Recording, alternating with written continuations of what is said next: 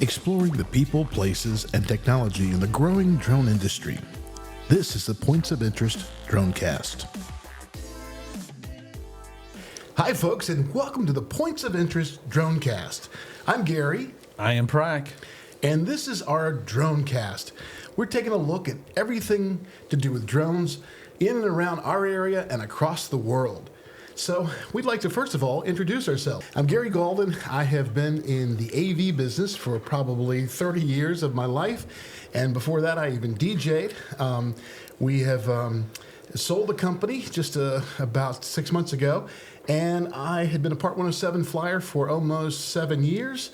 And I decided to take my passion to a full-time business since I had the time and didn't have the responsibility of the AV business anymore. So anyway, it's been so much fun, and I'm kind of branching into other directions. And so here we are with our new direction, a podcast. Okay, I am Prak, and I am in multiple fields. I have about 3 patents having to do with drones, water rescue, delivery system, and the landing skid, ability to land drone and emergency landing on water without having to lose your drone completely. I went to VCU, class of 99, major in graphic design and photography, and I worked for a marketing company for about 3 to 4 years, and then went to the police academy, local Henrico Police class, academy, 41st Academy. Was a beat officer for about 3 to 4 years, and then transferred into forensic, specializing in video recovery and photography, crime scene photography. And real briefly, tell us about your connection to drones.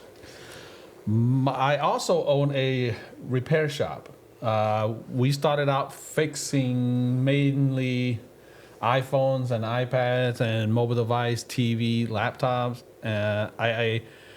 I was curious about the aerial platform. I'm thinking, in the past, when we take pictures, I was thinking, what if I had the ability to send my phone up in the air, and take and get that picture from another perspective. Yep, and then I saw this AR parrot drone, and which we have one of those here in the studio. Yep, and it's a classic.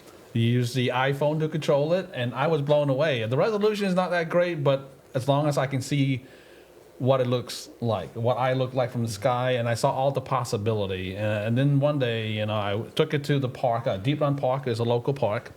Went to the soccer field, and I'm thinking, I'm the coolest adult in the group because I flew my parrot drone, and all the kids were surrounding me and let them fly it. And then all of a sudden, I heard like a swarm of bees coming from overhead, and this guy behind me brought in a Phantom, similar to this, but the Phantom 1 with the GoPro mount, and I was blown away. He looked at me like, oh, hey, I like that cute toy you have there, Right. You don't have to say it, like, I feel it. He had the real thing, which grew into, that was probably a Phantom 1. Yep, Phantom 1. So now there's Phantom 4. Of course, there's the Mavic series, and there's the Matrice series, and it just keeps moving, Aggie and all those kind of things. Oh, yeah. We keep them getting bigger and better. And so what happened was, a few weeks later, the same guy showed up at my repair shop, and he's like, I know you don't fix these things, but can you give it a shot?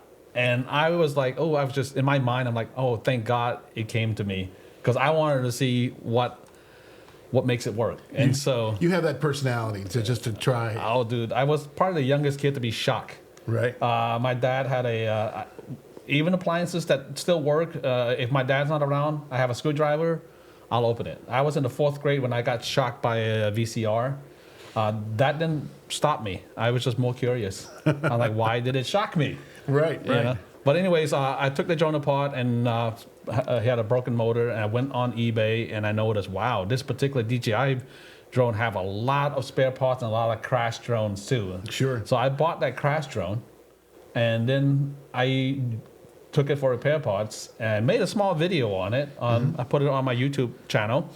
Got how many visitors? Just tell everybody how many followers you have on your channel. I have close to 40,000 subscriber and over 8 million views.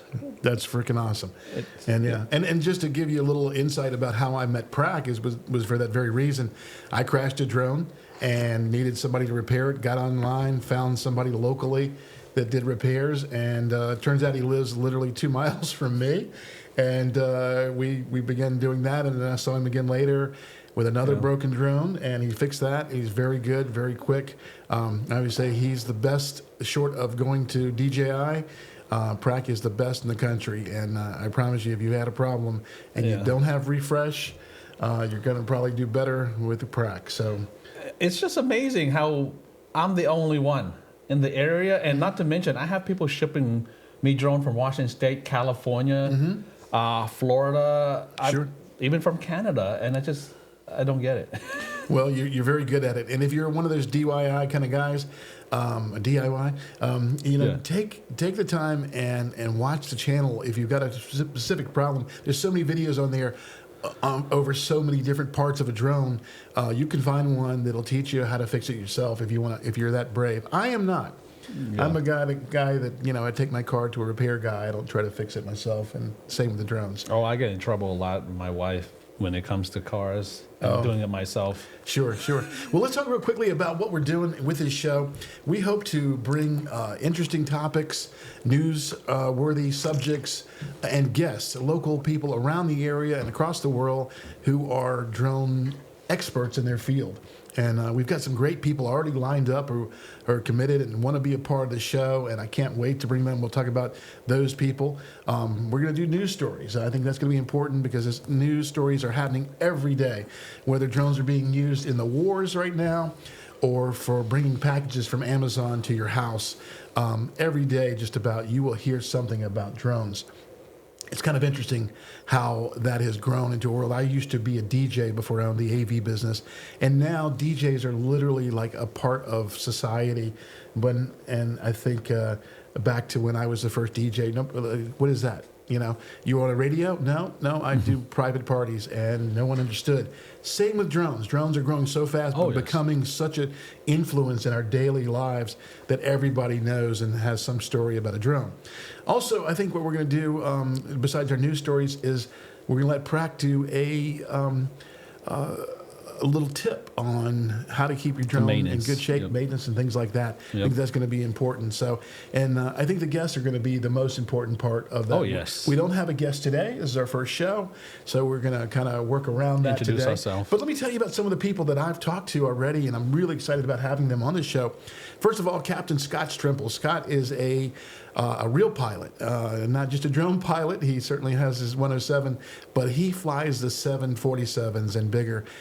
He's right now in Hawaii. Aloha to Scott, because he had to fly out there, poor guy, and he's out there for a little while doing stuff. But Scott is also a video guy who got into drones many years ago, and not only is he a qualified drone pilot, but he also reports and helps with the FAA about drone technologies and laws and things like that as a consultant. Also, we have folks from Skyworks coming on.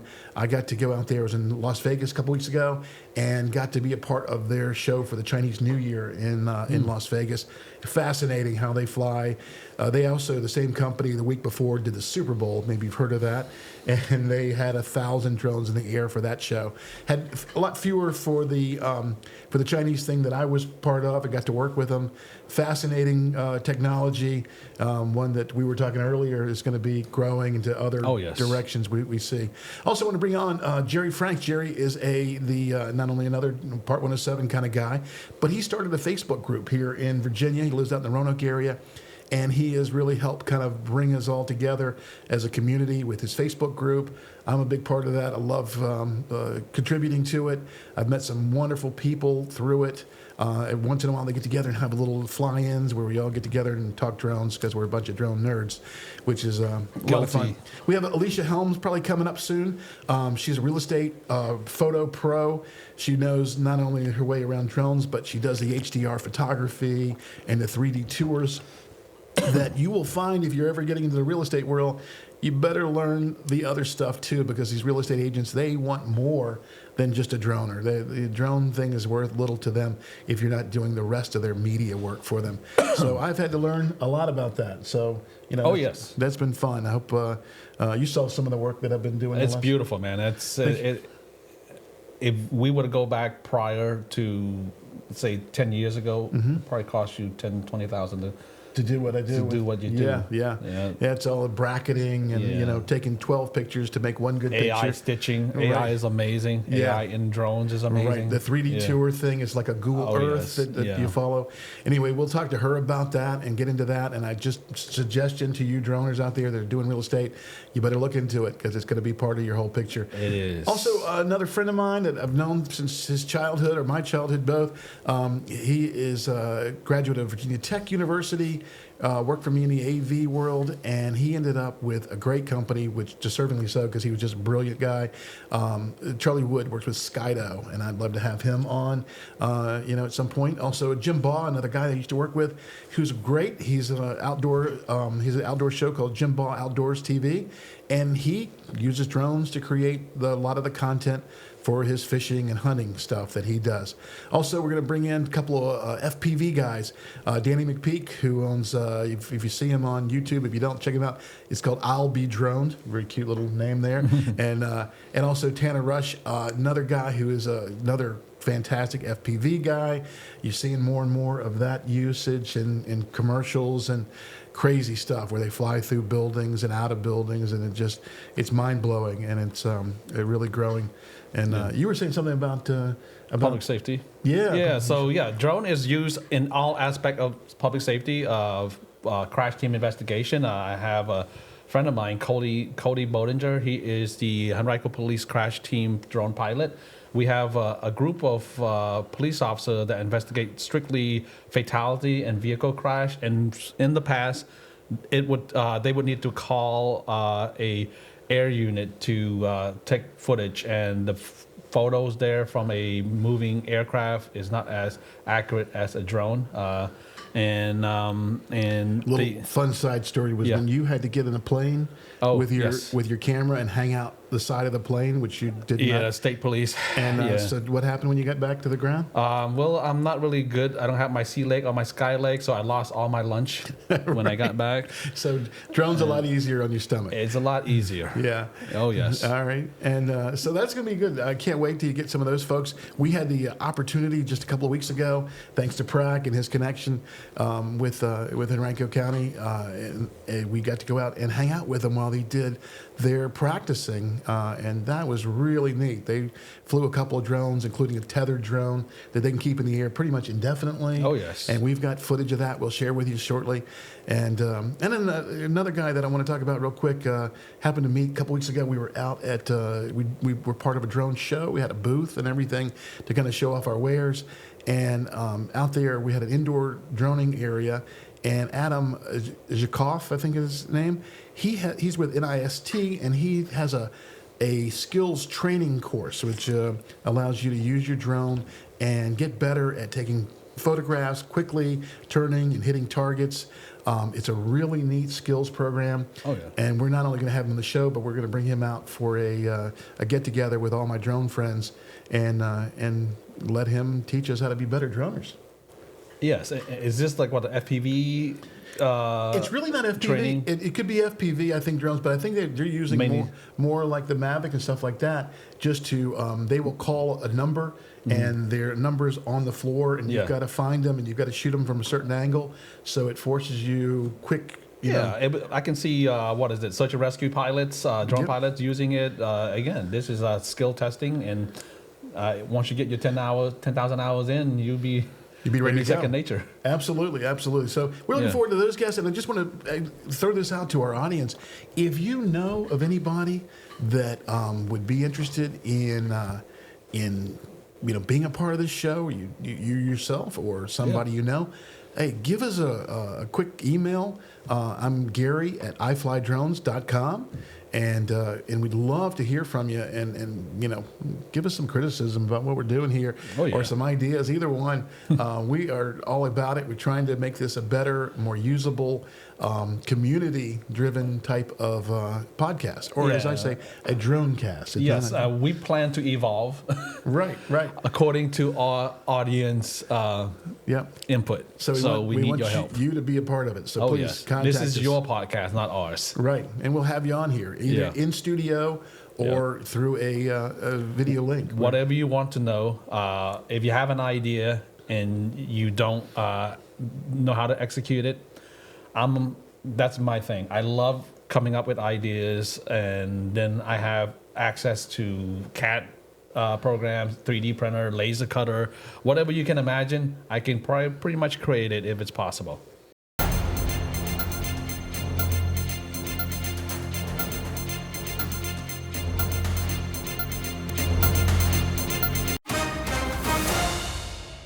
Every week we're going to cover different news stories, and I think Prak, you've been looking into this crazy bill that they're trying to pass in Congress about, trying to kill the DJI or any foreign-made drones. Tell us about that. Okay, so this is not a new bill, but it's been repackaged and reworded. It's a HR 2864. And now they're calling it the CCP Drone Act, the Chinese Communist Party Drone Act. Seems racist. I don't know. But the point is, in the past, they want to prevent DJI drones from being in the air.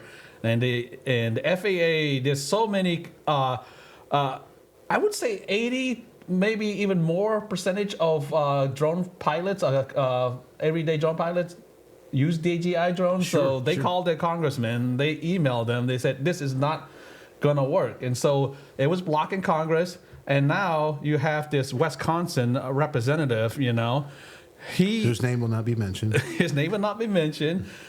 He is pushing it now through the FCC. So he said, if you can't get the Federal Aviation Agency to block this, they're going through the airwaves.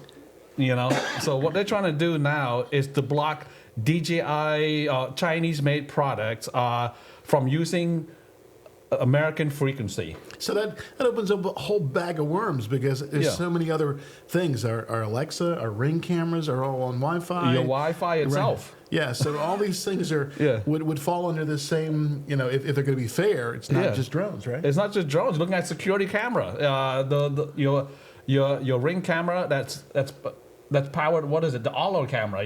It's strictly wireless, and what it's doing is integrating.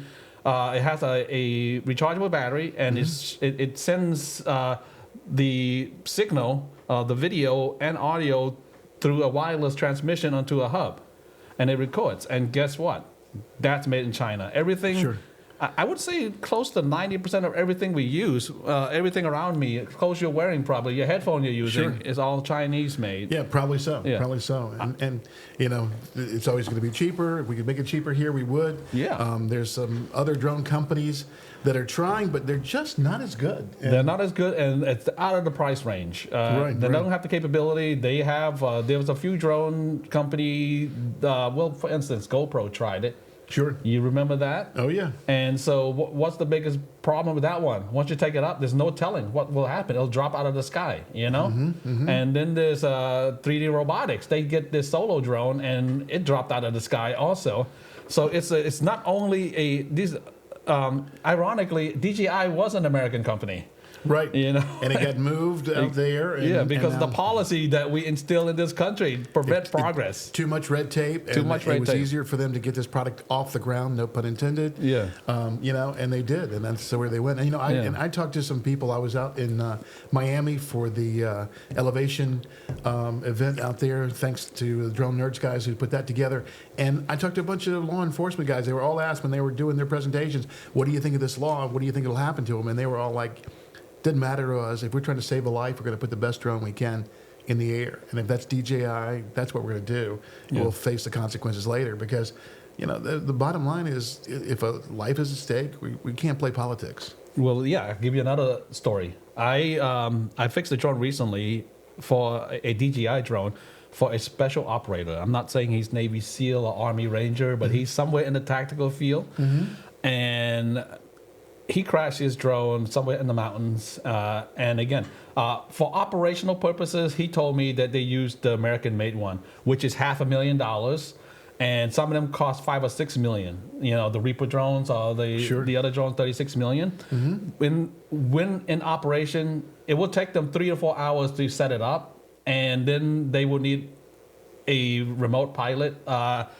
And they said that for what they're doing, the stuff that they have access to, it's not even as far as the usability, it's not even a fraction easy to use. You know.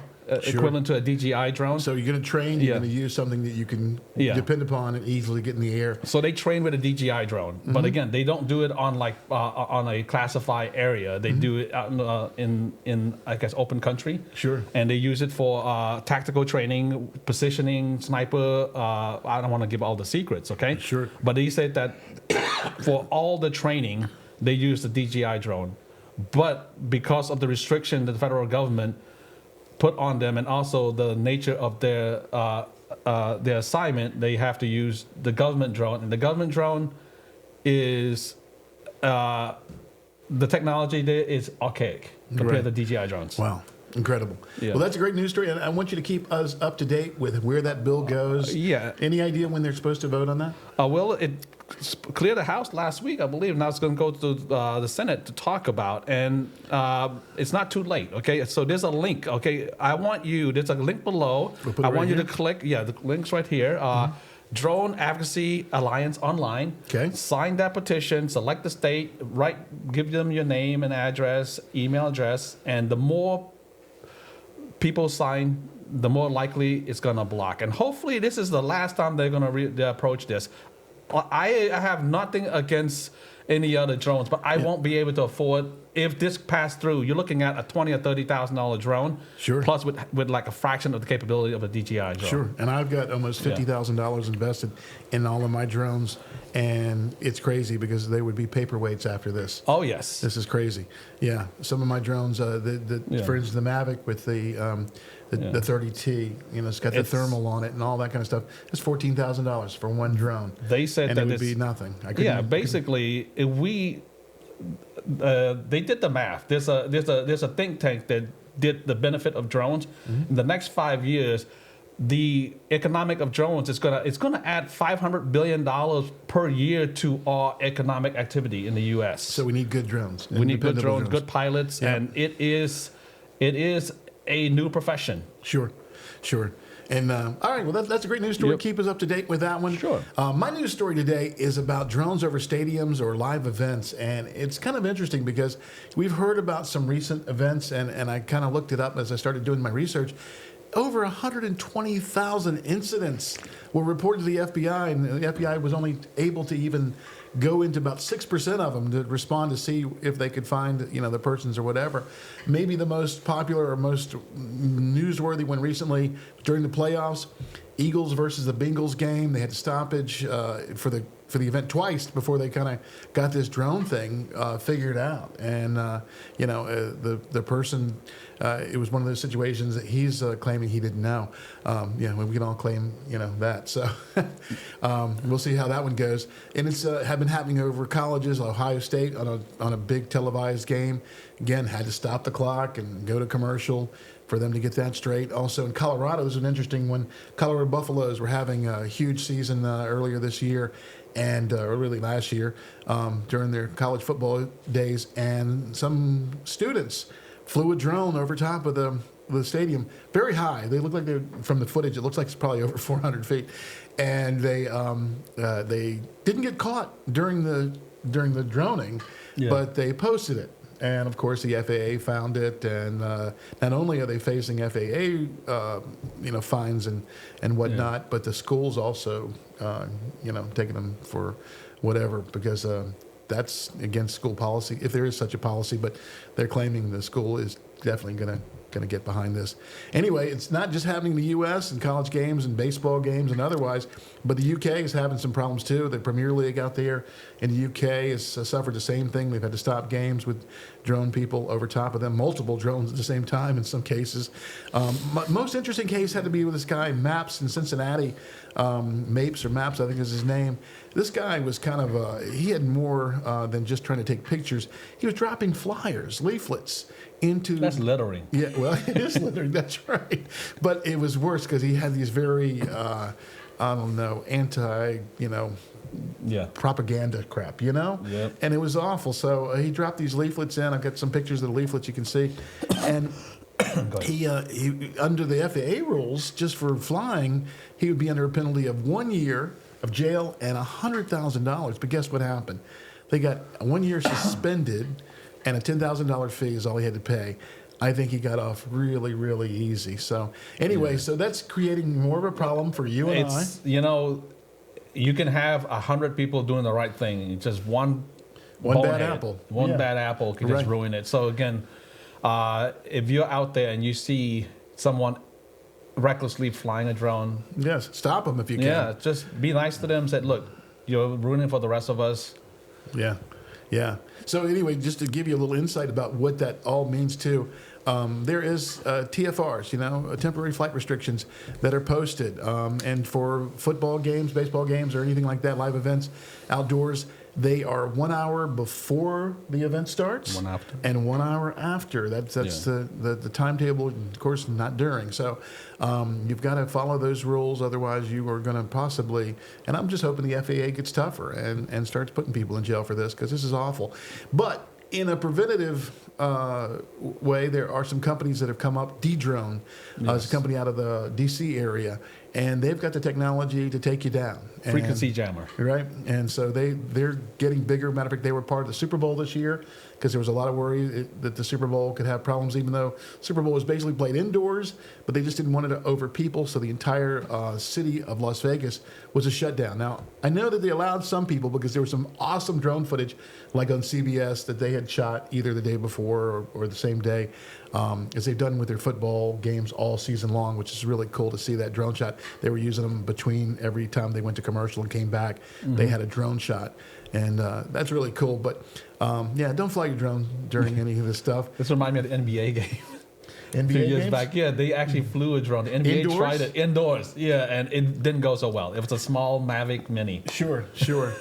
Oh my gosh! Well, I do know a story of a guy. It's the drone bus. If everybody's heard of the drone bus, he actually had a dirigible, balloon that was, and he got some pro basketball team to allow him to fly it over that. He put advertisements on it, and it turned into a major business. He was making money all over the country flying his big balloon, drone, basically. Aerial, man. It's the next, It's a very cool thing. Yeah. People love it.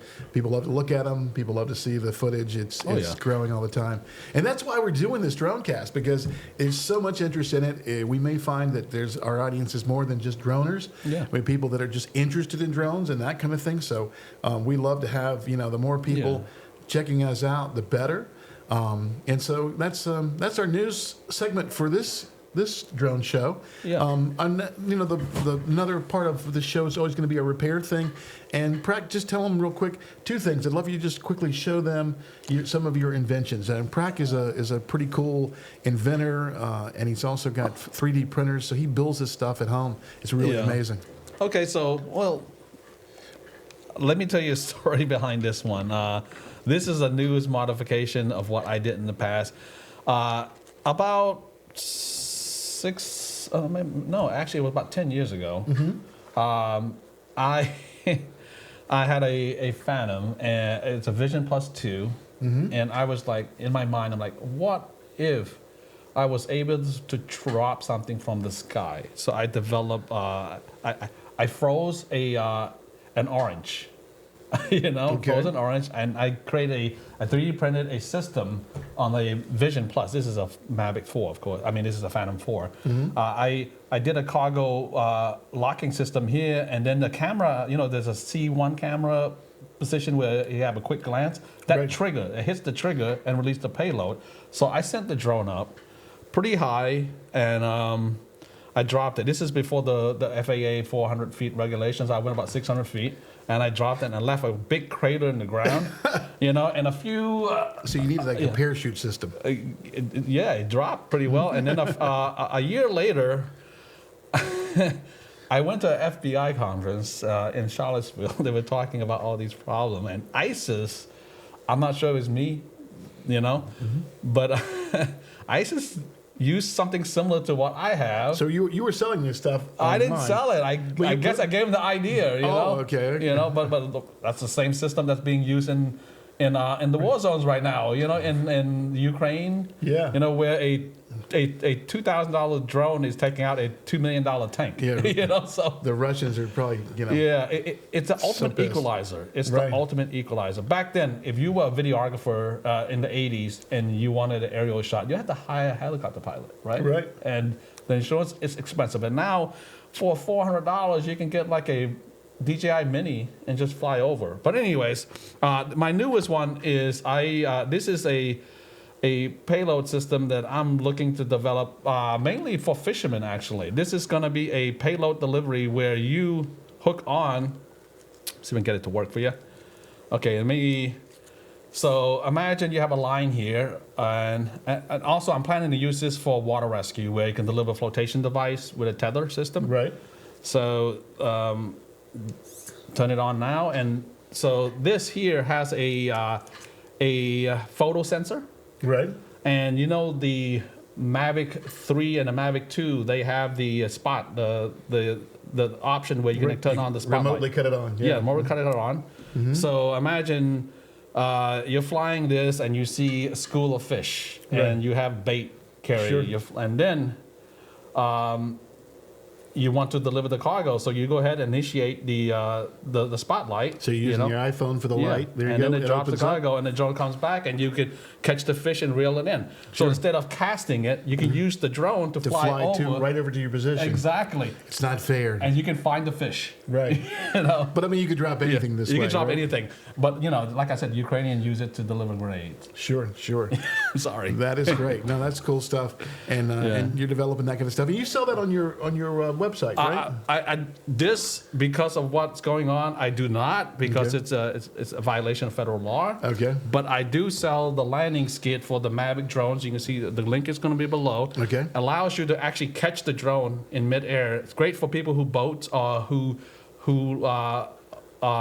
wants to catch it instead of, if you don't have an area where you can land safely. As you know, the Mavic has sensors in the bottom. Sure. And they don't really have a proper skid. Well, so give us real quickly an explanation of like the using them to take the drugs or prescription drugs, please, to up to the mountaintop in Nepal. Oh yes, yeah. So what happened was in 2008, I believe it was, there was an earthquake in Nepal, and there was a professor at UVA who he's one of the doctor that go to these, I think it's Doctors Without Borders. Mm-hmm. He contacted me. He's like, right now there is a need for a way to deliver small items to remote area in form of, and I'm asking, what kind of item is it? He's like, insulin, antibiotics, different things like beta blockers, anything that helps after a disaster area. Sure. Yeah. And in these roadways in Nepal, especially after the earthquake,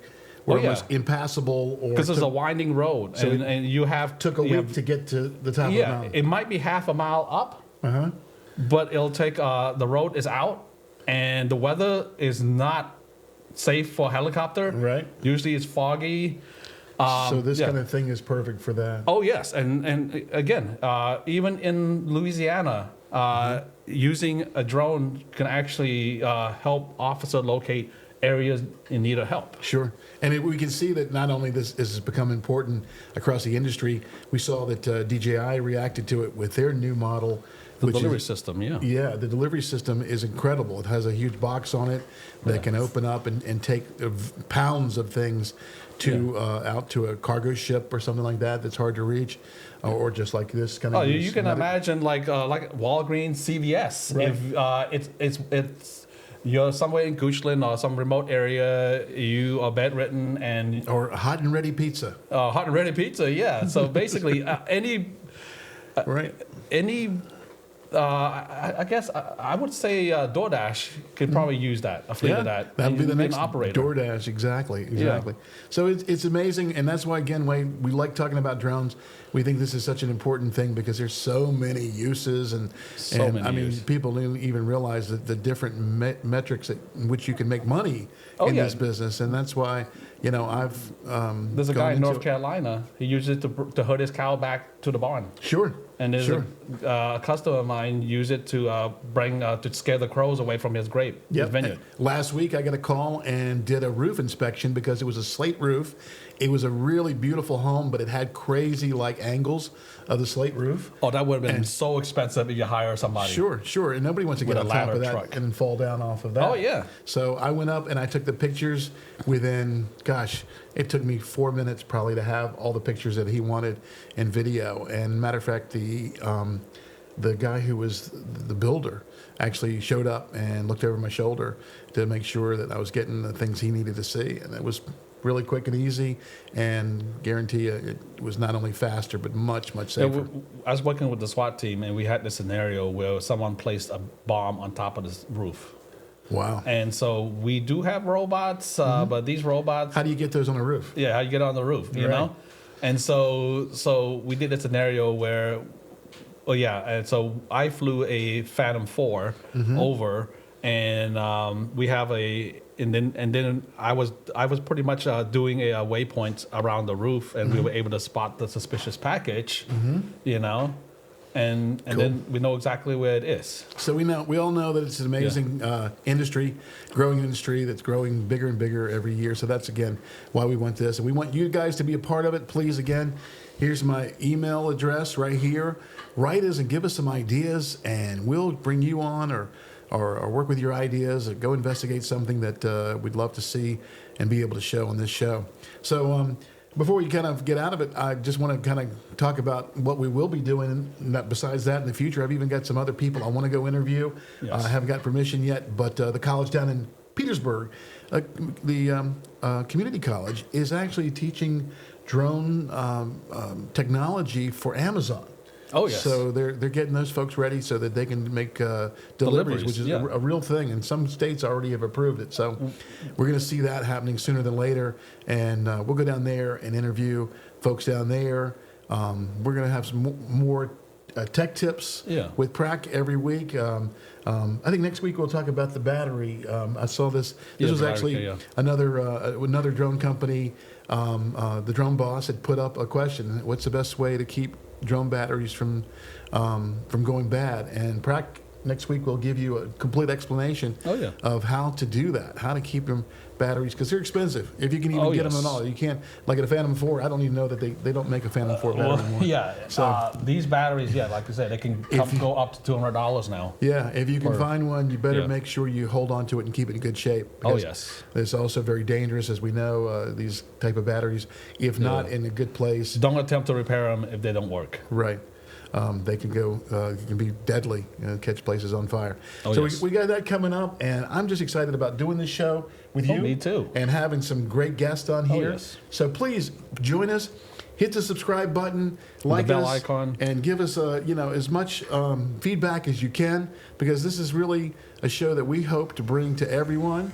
So once again, thanks for watching the Points of Interest DroneCast. And as I'm Gary. This is Prac. We'll see you next time. Fly safely. Thank you, sir.